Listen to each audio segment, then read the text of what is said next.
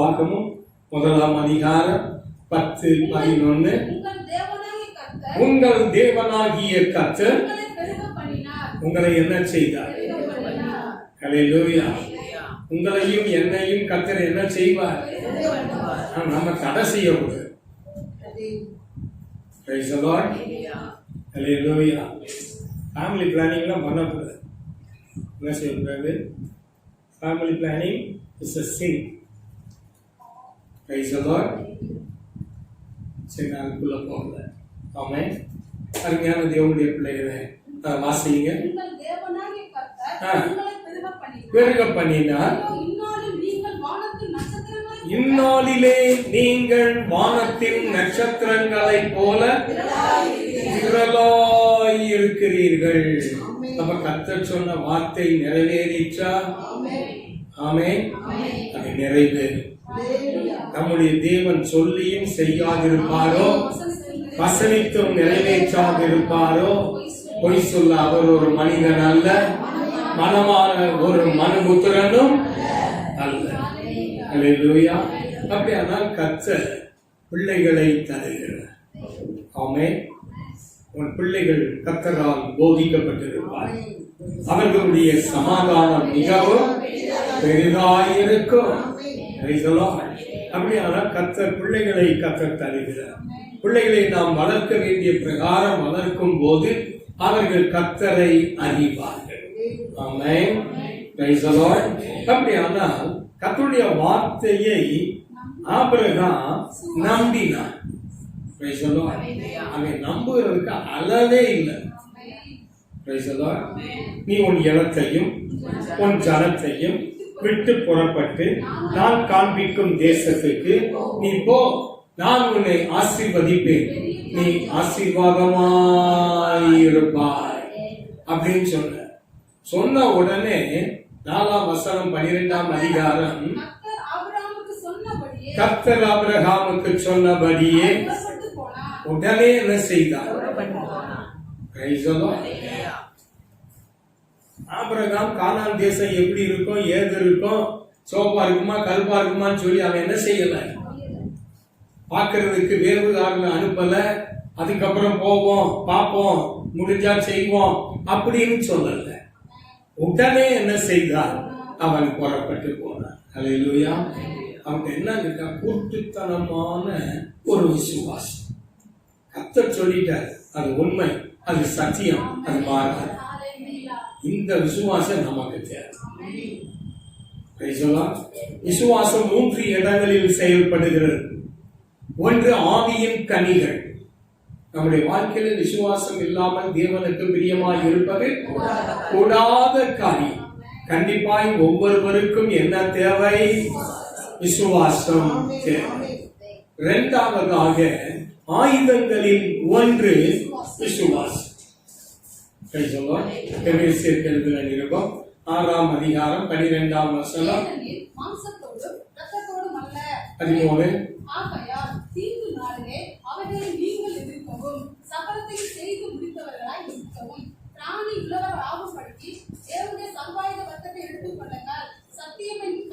சத்தியம் என்னும் கச்சையையும் அறையிலே கட்டினவர்களாய்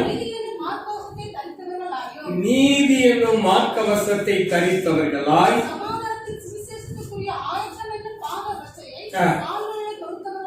தொடுத்தவர்களாயும்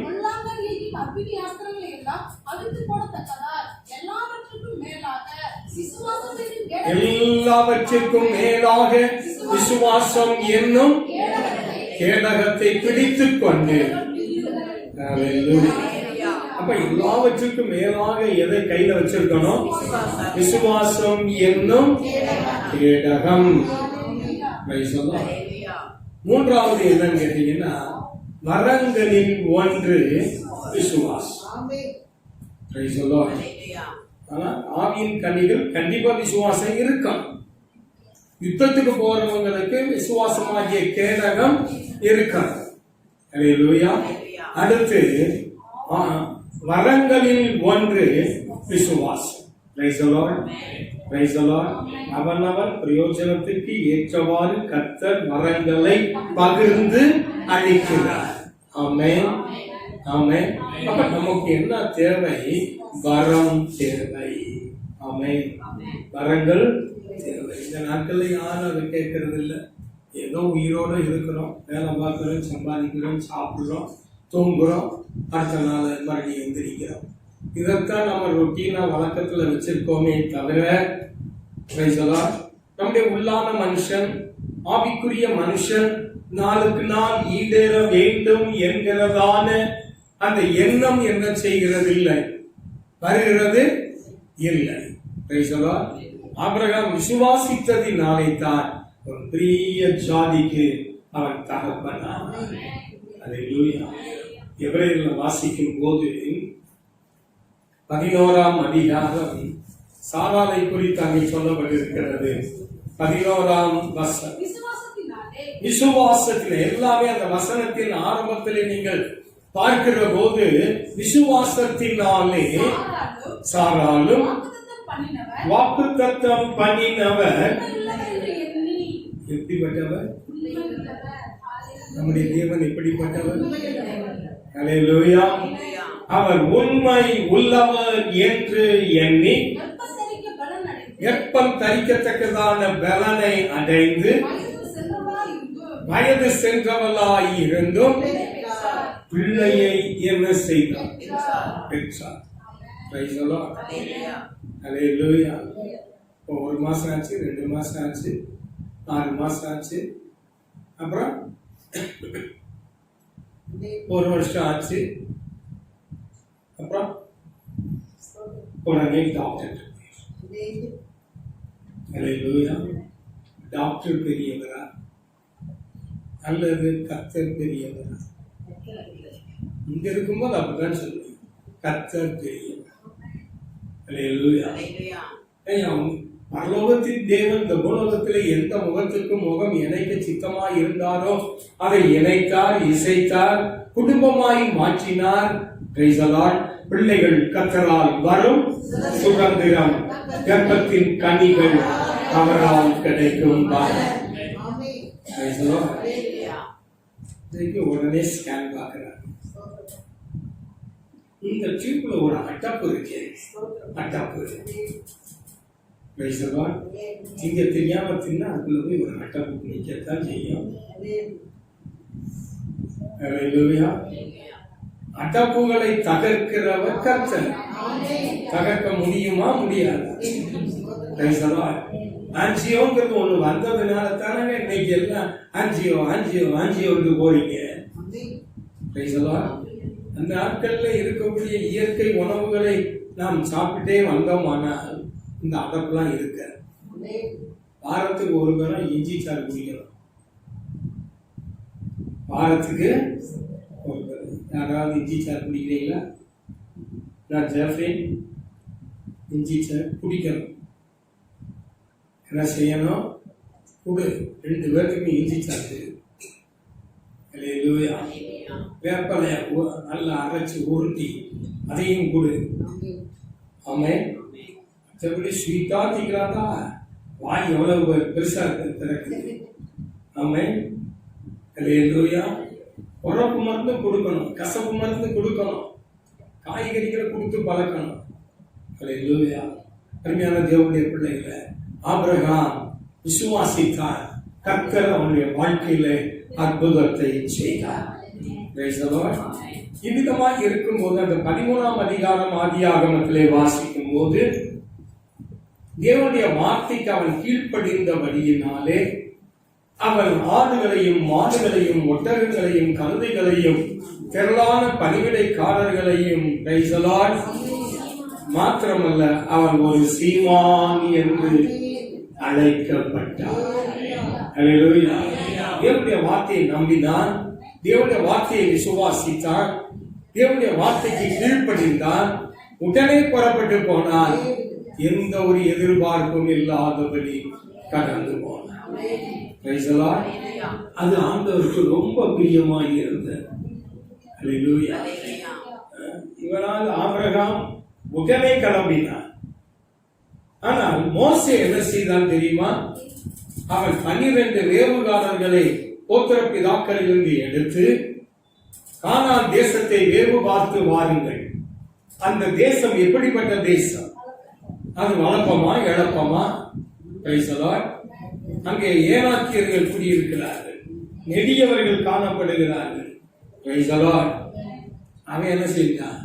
இந்த புறம் வேவு பாருன்னு சொல்லி வரும்போது இது திராட்சை பழம் பறிக்கும் காலம், முதல் பழம் பறிக்கும். ஆகினால வரும்போது எதை கொண்டு வாருங்கள்? திராட்சை பழங்களை கொண்டு வாருங்கள். ஒரு வய கீழ்படிச்சாங்களா? ஒரு வய கீழ்படி. 12 பேர் போனார். 12 பேர்ல 2 பேர் யோசுவாவும் காலேபும் என்ன செய்தார்கள்? ஒரு தடியை எடுத்தார்கள், அதில் ஒரு திராட்சை கொலையை கட்டினார்கள். மாத்திரமல்ல, மாதுளம் பழங்களை கொண்டு வந்தார்கள், அத்தி பழங்களை கொண்டு வந்தார்கள். ஆமே, 3 பழம். ஒன்னு அத்திப்பழம், 2வது திராட்சை பழம், 3வது மாதுளம் பழம்.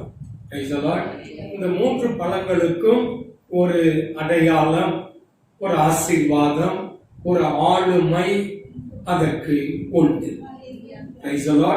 அருமையான தேவனுடைய பிள்ளைகளை, மோசேயாவது என்ன செய்தான்? அந்த பழங்களை அவன் சாப்பிட்டான். பரவாயில்ல, ஆனால் தேசத்துக்கு போகாட்டினாலும் அதுல இருக்க பழங்களையாவது தின்னேனேன்னு ஒரு திருப்தியா இருந்தானா? இல்ல, உங்களால நான் எங்க போக முடியாமல் போச்சு. இன்னைக்கு போதகர்கள் யாரால் கெட்டு போகிறார்கள்? விசுவாசிக்கிறார்கள். இவர்களுக்கு வருத்தப்படக்கூடாது.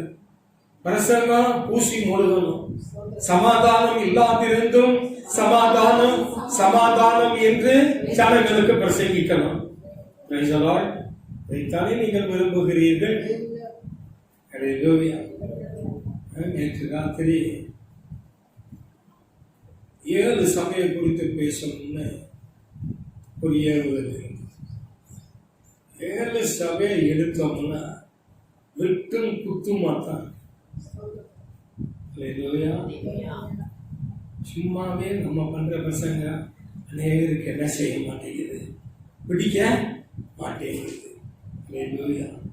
ஆகினால சரி, ஆண்டவரே, அது எப்போ எனக்கு அதை ஓப்பன் பண்றீரோ அன்னைக்கு அதை நான் பேசுறேன்.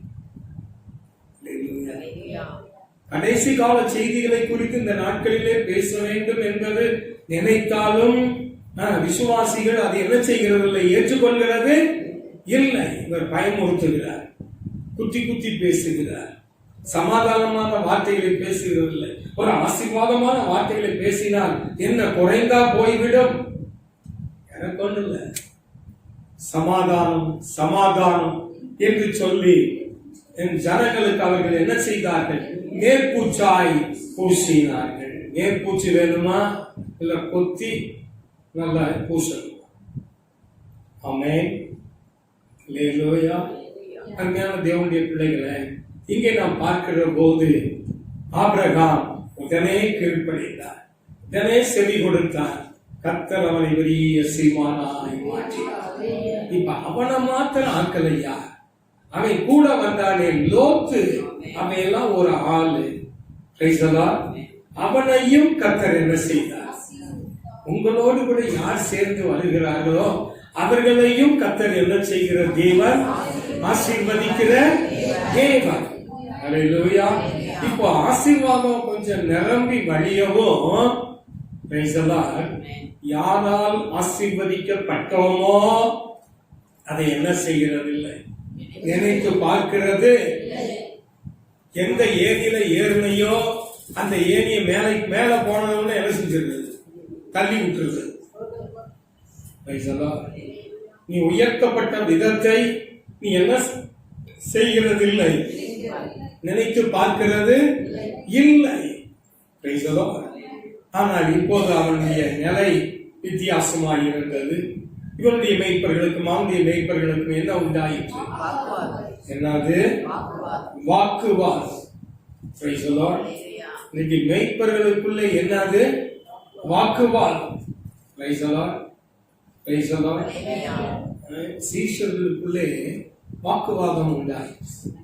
இப்படி வாக்குவாதம், பரலோகத்திலே எவன் பெரியவன், பரலோக ராஜ்யத்தில் பரலோகம் போங்கப்பா, அப்புறம் மிச்ச மீதிய பார்ப்போம். எவன் பெரியவன்? அருமையான தேவனுடைய பிள்ளைகளே, தன்னைத்தான் தாழ்த்துகிறவன் உயர்த்தப்படுவான், தன்னைத்தான் உயர்த்துகிறவன் தாழ்த்தப்படுவான். தேவ சமூகத்தை நம்ம என்ன செய்யணும்? தாழ்த்தணும். கர்த்தர் கொடுத்த ஆசீர்வாதங்களுக்காக கர்த்தரை நாம் மகிமைப்படுத்தணும். ஒவ்வொரு நாளும் ஆண்டவருக்கு நன்றி சொல்லுவோம். நன்றி சொல்லி இருக்கிறத சாப்பிட்டு சந்தோஷமா இருக்க முடியல. ஆமென். இப்போ வாக்குவாதம் வந்தபோது இதை ஆபிரகாம் அறிந்தார். அவனுக்கு அந்த பிரச்சனை அங்க போச்சு. ஆபிரகாம் ஒரு தீர்க்கதரிசி. ஆபிரகாம் யாரு? கர்த்தர் சொல்றாரு, அவன் ஒரு தீர்க்கதரிசி, அவன் உனக்காக விண்ணப்பம் பண்ணுவான் என்று கர்த்தர் அபிமெலேக்கை பார்த்து சொன்னார். அப்போ ஆபிரகாம் யார்? அப்ப லோத்து ஒரு காரியத்தை சிந்திக்கிறான் அப்படின்னா இந்த தீர்க்கதரிசிக்கு தெரியாதா? அப்ப அவனுக்கு தெரியுது. அப்ப என்ன தெரியுது? தனி ஆளுமை, தனியாக ஆளுகை செய்ய வேண்டும். எனக்கு என்னுடைய கையின் கீழே வேலைக்காரிகள் இருக்க வேண்டும், அவர்களை நான் நடத்த வேண்டும். என்னுடைய சம்பாத்தியம் முழுவதும் என் கைக்கு என்ன செய்யணும்? வரணும். இவன் ஊடால ஆபிரகாம் என்ன செய்தான்? குறுக்க பாயினான். வேண்டாம்டா, இது வேண்டாம்டா ஆலோசனை சொல்லுவான். ஆனா அவன் என்ன செய்யறது இல்லை. நீ ஆலோசனை அவர்களுக்கு பிடிக்கல. பார்த்தா கர்த்தர்னு சொல்லியிருப்பாரு, நீ அவன் அகட்டி இன்னும் அவன் உங்களோட சேர்ந்து என்ன செய்யறது இருக்கவே. சொல்லியிருக்கான்னு கேட்காதீங்க, சொல்லல. உடனே அவன் சொல்லுகிறான், நீ கிழக்க போனா நான் மேற்க போறேன், நீ வடக்க போனா நான் தெற்க போறேன்.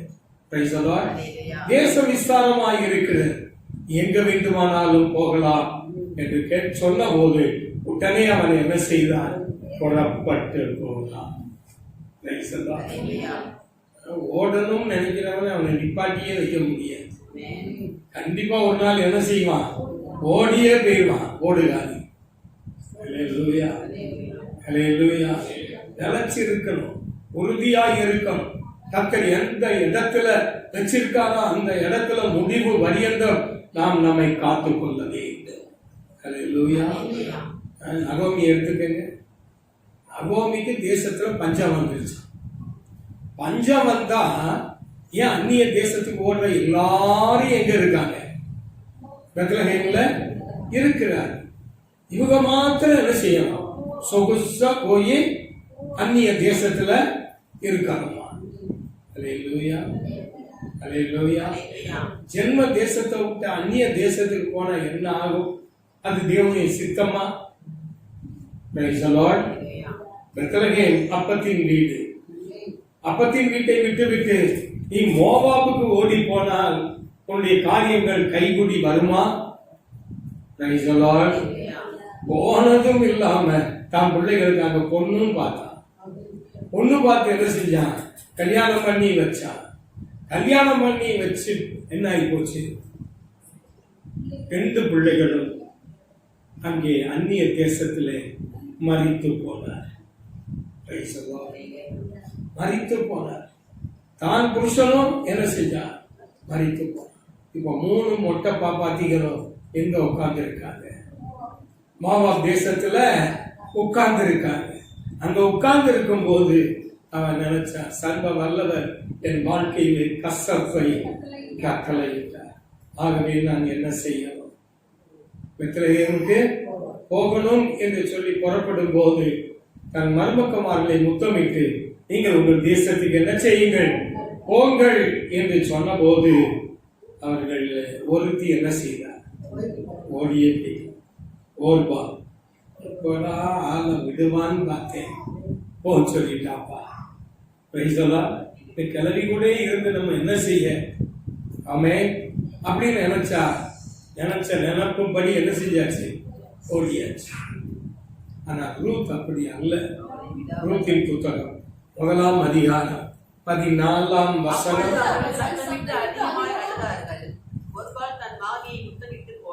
ஓர்பால் தன் மாமியை முத்தமிட்டு போனால் அவளை விடாமல் பற்றிக் கொண்டாள். அல்லேலூயா. விடாமல் பற்றிக் கொண்டாள். உறுதியாய் பற்றிக் கொண்ட மனதினுடைய யாவரும் உண்மையே நம்பி இருக்கிறபடியால் நீர் அவனை பூரண சமாதானத்திற்குள் காத்துக் கொள்ளுங்கள். அல்லேலூயா. அருமையான தேவனுடைய பிள்ளைகளை, நம்முடைய வாழ்க்கையில கர்த்தரை மாத்திரம் உறுதியாய் நாம் பற்றிக் கொள்வோம். கர்த்தர் நம்முடைய வாழ்க்கையிலே சமாதானத்தை அவர் கட்டளையிட்டார். ஆனால் இவள் ரூத் என்ன செய்தார்? அவளை விடாமல் பற்றிக் கொண்டார். 2 பேரும் ஊருக்குள்ள வர்றாங்க. அங்க பாக்குற போது யாரு ரூத் மாதிரியே இருக்காது. சாரி, நகோமி போல இருக்கிறாளே என்று சொல்லி பார்த்து பேசிக்கொண்டார். போக வேண்டியதான கிளறி. நான் சொல்றேன், என்னை நகோமின்னு அழைக்காதீர்கள், என்னை மாறாள் என்று என்ன செய்தார்? கூப்பிடுங்கள். சர்வ வல்லவர் என் வாழ்க்கையிலே மிகுந்த கசப்பை கட்டளையிட்டார். உன் வாழ்க்கையில கத்தரா கசப்பை கட்டளையிட்டார். நீயா கசப்பை தேடி என்ன செய்த? ஓடுன. அருமையான தேவனுடைய பிள்ளைகளை, தேவனுடைய ஜனத்தை விட்டு, தேவனுடைய பிள்ளைகளை விட்டு தனித்து ஆளுகை செய்ய வேண்டும் என்ற எண்ணத்தோடு கடந்து போவோமானால் அது நமக்கு ஆசீர்வாதமாய் இருக்கிறார். கர்த்தர் நம்மை எந்த இடத்தில் வைத்திருக்கிறாரோ, எந்த சபையிலே கர்த்தர் நம்மை வைத்திருக்கிறாரோ, ஆமென், அது முடிவு பரியந்தம் அதிலே நாம் நிலைத்திருக்க வேண்டும். முடிவு பரியந்தம் நிலைத்திருப்பவனே ரட்சிக்கப்படுவான். அல்லேலூயா. இங்கே ஒண்ணு அங்க ஒண்ணு, ஆத்துல ஒரு கால் சேத்துல ஒரு கால் அப்படின்னு சொல்லி என்ன செய்யக்கூடாது? கிளித்தட்டு மாறுறது போல மாறக்கூடாது. கர்த்தருடைய எந்த இடத்தில் வைத்திருக்கிறாரோ அதிலே நீ முடிவு பரியந்தம் நிலைத்திருந்தால் உனக்கு ஆசீர்வாதம். இப்ப கர்த்தர் லோத்தை அழைக்கவில்லை. லோத்து கானான் தேசத்துக்கு உரியவனும் அல்ல. ஆமென். ஏதோ அவன் ஆபிரகாம் போகிறான்னு சொல்லிட்டு அவனும் பின்னாடியே வந்தான். ஏதோ நீ காரியம் இல்லாம போக மாட்டான்னு சொல்லி ஆபிரகாமை பின்பற்றின லோத்தும் ஆசீர்வதிக்கப்பட்டார். அல்லேலூயா. ஆனா இப்ப ஆஸ்தியும் ஐஸ்வர்யமும் வந்த பிற்பாடு இப்ப அவனுக்குள்ளே ஒரு பெருமை, ஒரு மேட்டிமை, ஒரு அகந்தை, ஒரு இருமாப்பு அவனுக்குள்ளே வர ஆரம்பித்தது. உயர்த்தப்படும் போது மனசுக்குள்ள என்ன இருக்கக்கூடாது? பெருமை இருக்கும், மேட்டிமை இருக்கக்கூடாது. அல்லேலூயா. நம்மை தாழ்த்த வேண்டியது அவசியம். கர்த்தர் நம்மை உயர்த்தின விதத்தை நாம் ஒரு நாளும் என்ன செய்யக்கூடாது? மறக்கவே கூடாது. பெருமை உள்ளவனுக்கு கர்த்தர் எதிர்த்து நிற்கிறார். தாழ்மை உள்ளவனுக்கோ கர்த்தர் கிருபை அளிக்கிறார். அல்லேலூயா. லோத்துடைய நிலைமை என்னன்னு பாத்தீங்களா? ஆனா அவருக்கு போனோம்னு ஆசனம். சோதோம் கொமோராவிலே அங்கே ஒளிமுக வாசலிலே உட்காரத்தக்கதான ஒரு ஆசனம் கிடைத்தது. 10 பேர் அங்கே உட்கார ஆரம்பித்தார்கள். அங்கே இவர்கள் பஞ்சாயத்து பண்ண ஆரம்பித்தார்கள். இப்ப பஞ்சாயத்துக்கு தலைவராய் மாறிவிட்டார். அல்லேலூயா. ஆனால் கர்த்தர் எல்லாவற்றையும் உடைத்தார். எல்லாவற்றையும் உடைந்தார். ஒன்று கூட லோத்துக்கு சொந்தமானது எதையும் எடுத்துக்கொண்டு போக முடியாமல் ராத்திரியோடு ராத்திரியாக புறப்படு என்று சொல்லி கர்த்தர் அவன் மேல் வைத்த இரக்கத்தினாலே அவனுடைய கைகளை பிடித்து பட்டணத்துக்கு வெளியே விரட்டினார். சமபூமி எங்கும் திரும்பி அப்புறம் மலைக்கு ஓடிப்போ பின்னிட்டு பாராது. பின்னிட்டு பார்க்க கூடாத, சும்மா அப்படி திரும்பி பார்த்தா தப்பா? தேவதூதன் சொல்லக்கூடிய ஒவ்வொரு வார்த்தைகளுக்கும் என்ன உண்டு? அர்த்தம் உண்டு. எவனோ ஒருத்தன், அது தெரியாத ஒருத்தன், அவன் சொன்னா நீ என் புருஷன் கேட்டுக்கிட்டு என்னையும் கையை பிடிச்சி எடுத்துக்கிட்டு வேகமா வர பாபா. அந்த அம்மா 2 புள்ள பெற்றவா, கொஞ்சம் கனத்த உடம்பா இருந்திருக்கும்னு நினைக்கிறேன். ஏன்னா விவாகம் பண்ணக்கூடிய அளவுக்கு பெண் பிள்ளைகள் வந்துட்டாங்க. இந்த அம்மா நல்ல வீட்டிலே உட்கார்ந்து சாப்பிட்டு எப்படி இருக்கும்? நல்ல கொழுன்னு. ஏன்னா எப்பவுமே கத்தர் அடிச்சா கொஞ்சம் கொழுக்க வச்சுதான் என்ன செய்யல, அடிப்பார். ஆமென். அல்லேலூயா. இப்ப வேகமா இழுத்துட்டு போறா, சீக்கிரமா. சும்மா இரியா, நடக்கமா முடியுது அப்படி. ஆனா அதுக்குள்ள வானத்திலிருந்து என்ன இறங்கிச்சு? அக்னி இறங்கினத பார்த்த போது, ஐயோ நான் சேர்த்து வைத்ததெல்லாம் போய்விட்டதே, அக்னிக்கு இரையாகிறதே என்று சொல்லி அவள் கதறினால் அப்படியே உப்புத்தோம். அவருடைய நிலைமை என்ன தெரியுமா? ஒண்ணு நீ உலகமா வாழணும், இல்லைன்னா ஆவிக்குரிய வாழ்க்கையிலே உள்ளான மனுஷன் நாளுக்கு நாள் ஈடேற வேண்டும். நீ உள்ளான மனுஷனையும் கவனிக்கிறது இல்லை, லோக பிரகாரமாய் போகிறதும் இல்லை. காரணம் என்ன தெரியுமா? நீ உப்புத்தூணாய் ஆனது நிமித்தம் உலகத்துக்கு நேராகவும் போக முடியாது, ஆவிக்குரிய வாழ்க்கையும் ஒன்றாக நடத்த முடியாது. ஒரே இடத்துல உப்புத்தூணாய் கர்த்தர் லோத்தின் மனைவியை அங்கே மாற்றினார். சுவிசேஷத்தை வாசிக்கும் போது லோத்தின் மனைவியை நினைத்துக் கொள்ளுங்கள். அல்லேலூயா. திரும்பி பார்த்த நிலைமை என்ன? உப்புத்தூண். ஆமென். கம்மியான தேவனுடைய பிள்ளைகளே, ஆபிரகாமை விட்டு நீ விலகி போனது நிமித்தம், தேவனுடைய பிள்ளைகளோடு வைத்திருக்கிற ஐக்கியத்தை விட்டு உன்னுடைய சுயம் உனக்குள் வேலை செய்யும்படியாய் நீ கடந்து போனது நிமித்தம் இப்போது கட்டின துணி வேற ஒண்ணும் கிடையாது. அல்லேலூயா. பிள்ளைகளை இழுத்துக்கொண்டு அவர் ஓடுகிறார். அல்லேலூயா.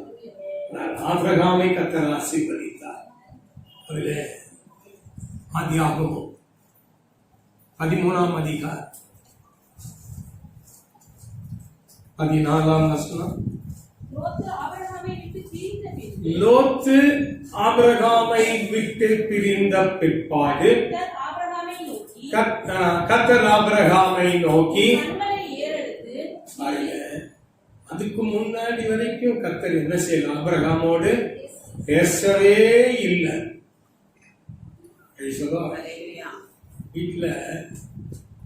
வீட்டுக்காரரு அல்வா வாங்கிட்டு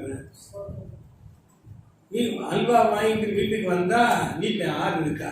சில கெஸ்ட் இருப்பாங்க.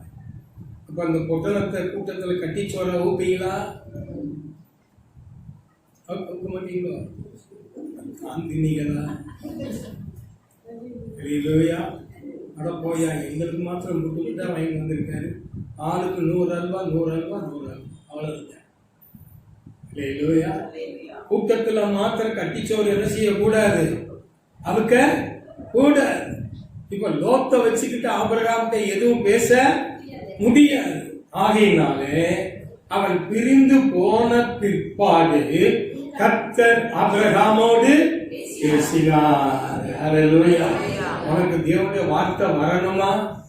நீ உன்னோடு கூட சேர்ந்திருக்கிற சில வேண்டாத கூட்டாளிகள் இருப்பார்களானால் அந்த கூட்டாளிகளை என்ன செஞ்சிருங்க? வெளியே அனுப்பிடுங்க.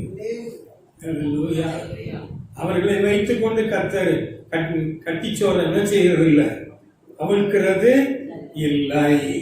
அல்லேலூயா. பிரிந்து போ, அந்த வசனம் அருமையாய் சொல்லி இருக்கிறது. லோத்தை ஆபிரகாமை விட்டு பிரிந்த பிற்பாடு கர்த்தர் ஆபிரகாமை நோக்கி கண்களை ஏறெடுத்து உன் கண்களை ஏறெடுத்து இருக்கிற இடத்தில் இருந்து இருக்கிற இடத்தில் இருந்து வடக்கேயும் தெற்கேயும் கிழக்கேயும் மேற்கேயும் மேற்கேயும் ஐப்பவர். உங்க கண்ணுக்கு பவர் கொடுக்கிறது. ஹல்லேலூயா. உங்க கண்ணுக்கு என்னது? நீங்க உங்க பார்த்தீங்கன்னா சர்வநாசம் அல்ல, அது புதிதாய் ஒன்று உருவாகக்கூடிய நீங்கெல்லாம் ஆசீர்வாதத்தின் பாத்திரங்கள். நீங்கள் ஆசீர்வாதத்தின் பாத்திரங்கள் தானே? ஹல்லேலூயா. நம்ம பார்த்தா ஒரு ஆசீர்வாதம், நம்ம தொட்டா ஒரு ஆசீர்வாதம், நம்ம கால் வச்சா அது ஒரு ஆசீர்வாதம். Price the Lord. நம்ம சாப்பிட்டா அந்த வீட்டுக்கு ஒரு ஆசீர்வாதம். இல்லையா? ஆமென். அப்ப நீங்க எல்லாரும் என்னது? ஆசீர்வாதத்தின் பாத்திரங்கள். ஹல்லேலூயா. அந்த ஒரு பாத்திரம் தான் ஆசீர்வாதத்தின் பாத்திரம். ஆனா காலி பாத்திரங்களை எல்லா வீடுகளிலிருந்தும் எடுத்து கொண்டு வந்து எங்கே வைத்தார்? தன் வீட்டிலே வைக்கும்படியாய் எலிசா கொடுத்த ஆலோசனை. ஆமென். அதுவரைக்கும் அந்த தீர்க்கதரிசியின் மனைவி அற்புதத்தை கண்டது இல்லை. இப்போ என்ன செய்கிறா? அந்த குடத்தை சாய்க்கிறா. சாய்க்கும் போது காலி பாத்திரத்துல எண்ணெய் என்ன செய்கிறது? நிரம்புகிறது. ஹல்லேலூயா. அடுத்த பாத்திரத்தில் ஊற்றுகிறாள், நிரம்புகிறது. இப்படி எல்லா பாத்திரமும் என்ன செய்கிறது? இப்படி ஒரு குடம் எண்ணெய் நமக்கு இருந்தால் போதுமா?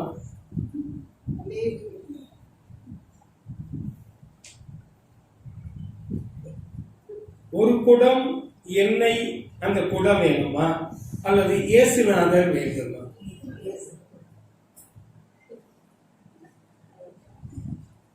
சொல்லுங்க. இப்படி மாயாஜாலம் காட்டக்கூடிய இந்த ஒரு குடம் எண்ணெய் 10 குடம் எண்ணெயாக, 20 குடம் எண்ணெயாக, ஏன் 50 குடம் எண்ணெயாக மாறி இருக்கலாம். ஆமென். ஆனால் உங்களுக்கு இயேசு வேண்டுமா? இப்படி ஒரு குடம் உங்களுக்கு தேவையா? நல்ல யோசிச்சு சொல்லணும். அவர் வருவாரு, உட்காருவாரு, சாப்பிட்டுட்டு போயிடுவாரு. ஏதோ வாசற்படியில் நின்று கதவை தட்டுகிறேன், சத்தத்தை கேட்டு கதவை திறந்தால் அவனுக்குள் பிரவேசித்து அவனோடு போஜனம் பண்ணுவேன், அவனும் என்னோடு போஜனம் பண்ணுவான். 2 பேரும் சேர்ந்து உட்கார்ந்து ஊதி ஊதி ஊதி ஊதி சாப்பிட்டுட்டு போயிடுவீங்க. ஹல்லேலூயா. அருமையான தேவனுடைய பிள்ளைகளே, எலிசாவை காட்டிலும் பெரியவர் நம்முடைய இயேசு. Praise the Lord. அவர் நமக்கு போதுமானவர். ஹல்லேலூயா. அருமையான தேவனுடைய பிள்ளைகளே, சில ஆள்களை சேட்டாலியா கூட்டிக்கிறதே கூட. ஆமென். அவங்களால நமக்கு எந்த ஆசீர்வாதமும் இருக்காது, குழப்பங்கள் தான் வரும். அதனால இயேசு சொன்னார், மாறுபாடு உள்ள இந்த சந்ததியை விட்டு விலக்கி உங்களை காத்து ரட்சித்துக் கொள்ளுங்கள். ஆமென். அருமையான தேவனுடைய பிள்ளைகளை, நாம் விலகி ஜீவிக்கிறேன். Praise the Lord. Praise the Lord. இயேசுவோடு கூட இருந்தான். Price the Lord. யூதாஸ் 2 தரம் இயேசுனார் அப்ஸ்காண்ட் ஆயிட்டார். 2 தரம் அப்ஸ்காண்ட் ஆயிட்டாருன்னு பார்த்தா மறுபடியும் இவரை காட்டி கொடுத்தா இவர் அப்ஸ்காண்ட் ஆகிடுவாரு. இப்போதைக்கு இவர் சாகிற மனுஷன் கிடையாது என்று சொல்லி அவனுக்குள்ளே ஒரு பொருளாசை, ஒரு பண ஆசை அவனுக்குள்ளே வந்தது. எத்தனை வெள்ளிக்காசு? 30 வெள்ளிக்காசு. என்ன பெரும்? ஆமென். இதுக்கு போய் உடன்பட்டான், அவன் காட்டி கொடுத்தான். குற்றமில்லாத இரத்தத்தை சிந்தினேனே என்று சொல்லி யூதாஸ் என்ன செய்தான்? ஆசாரியரிடத்திலே வந்து முறையிட்டு அந்த 30 வெள்ளிக்காசை அவருடைய கையிலே கொடுத்தான். அது எங்களுக்கு தெரியாது, அது உன்பாடு என்று கையை கழுவின போது அந்த காசை எடுத்து தேவாலயத்தில் என்ன செய்தான்? விட்டறிந்தான். அது பொய்யவனுடைய நிலம். அவன் வீசின அந்த 30 வெள்ளிக்காசை கொண்டு வாங்கினார். ஆனால் அவனுக்குள்ளே சமாதானம் இல்லை. ஐயோ, குற்றமில்லாத இரத்தத்தை நான் காட்டிக் கொடுத்தேனே, குற்றமில்லாத இரத்தத்தை நான் காட்டிக் கொடுத்தேனே என்று அவனுடைய இருதயத்திலே வாதனை அதிகமாய் இருந்தபடியினாலே அவன் என்ன செய்தான்? 4 கொண்டு சொல்லும். துன்மார்க்கனுக்கு நல் முடிவு இல்லை. Praise the Lord. Praise the Lord. இருக்கிறது போதும் என்று எண்ணுங்கள். நான் உன்னை விட்டு விலகுவதும் இல்லை, உன்னை கைவிடுவதும் இல்லை. கர்த்தர் உங்களுக்கு தந்த வருமானம், பணம், சம்பளம் சொல்லுங்க, போதுமா? 5000 ரூபாய் வாங்குறவங்களும் அதே மாதிரிதான் நடக்கிறாங்க. 50,000 ரூபாய் வாங்கினாலும் அவங்க நிலைமையும் அப்படிதான். 5000 ரூபாய் வாங்குறவனாலும் சமாதானமா வண்டியை ஓட்டுவான், கடன் இல்லாம ஓட்டுவான். 50,000 வாங்குறவன் அருமையான தேவனுடைய பிள்ளைகளை பெற்றுக் கொண்டது போதும். அழகா பவுல் சொல்றாரு, உண்ண உணவும் உடுக்க வஸ்திரமும் இருந்தாலே போதும் என்று எண்ணுங்கள். நான் உன்னை விட்டு விலகுவதும் இல்லை, உன்னை கைவிடுவதும் இல்லை. அல்லேலூயா. அருமையான தேவனுடைய பிள்ளைகளை கர்த்தர் நம்மை ஆசீர்வதிக்கிறது. ஆபிரகாம் ஆசீர்வாதத்துக்கென்று கர்த்தர் அவனை அழைத்தார். அல்லேலூயா. உங்களையும் என்னையும் கர்த்தர் அழைத்திருக்கிறார். அந்த அழைப்பு மாறாதது. ஆமென். அந்த அழைப்பிலே நாம் நிலைத்திருப்போம். கர்த்தர் உங்களை கொண்டு செய்ய வேண்டிய காரியத்தை ஏற்ற காலத்திலே சகலத்தையும் அவர் செய்து முடிப்பார். அல்லேலூயா.